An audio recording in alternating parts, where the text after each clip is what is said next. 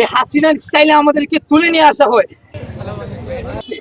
আমাকে বিভিন্নভাবে প্রশাসনিকভাবে হুমকি ধমকি দেওয়া হয়েছে, বলা হয়েছে আমাকে পিক আপ করা হবে আমি যদি এখানে আসি। তো আমাদের পূর্ব নির্ধারিত প্রোগ্রাম ছিল।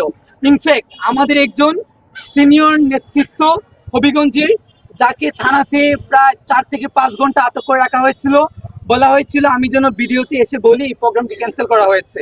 আজকে আমি একটা কথা জানতে চাই আপনাদের মাধ্যমে, এই গণতান্ত্রিক বাংলাদেশ কি পুলিশ রাষ্ট্র হয়ে গেছে নাকি, যে পুলিশের কাছ থেকে পারমিশন নিয়ে আমার সাংবিধানিক অধিকার প্রয়োগ করতে হবে? দ্বিতীয়ত যেটা হয়েছে, আমাদের প্রোগ্রাম ছিল, আমরা প্রস্তুতি নিচ্ছিলাম এখানে যাওয়ার জন্য, কিন্তু হঠাৎ করে শুনতে পাই আমার 2 সহযোদ্ধা রাজু এবং মির্জা সুমন, তাদেরকে কোনো কারণ ছাড়াই তাদেরকে তুলে নেওয়া হয়েছে।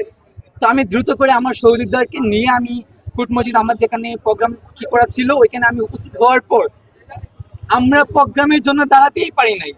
জাস্ট আমি এখানে গিয়েছি, ওসি সাহেব ছিলেন, উনি আসতেন, আমি জিজ্ঞেস করলাম যে আমার ভাইদেরকে কেন গ্রেফতার করা হয়েছে।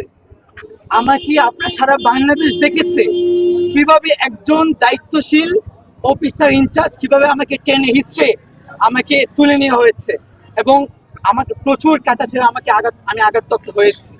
এই হাসিনার স্টাইলে আমাদেরকে তুলে নিয়ে আসা হয়, এর চেয়ে জঘন্য আর কিছু হতে পারে না।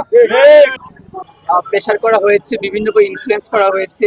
তো পরিবারের তো নিজেদের সন্তানের প্রতি একটা দুর্বলতা এটা ইউজুয়ালি থাকে, যে কোনো ধরনের মামলা ছাড়া, কোনো ধরনের ওয়ারেন্ট ছাড়া, কোন ল অনুযায়ী উনি আমাদেরকে 24 ঘন্টা এই থানাতে আটক করে রেখেছেন। 24 ঘন্টা, প্রায় 24 ঘন্টা হয়ে গেছে। উনি কোন ল অনুযায়ী আমাদেরকে আটক করে রেখেছিলেন তা আজকে আমরা আপনাদের মাধ্যমে জানতে চাই।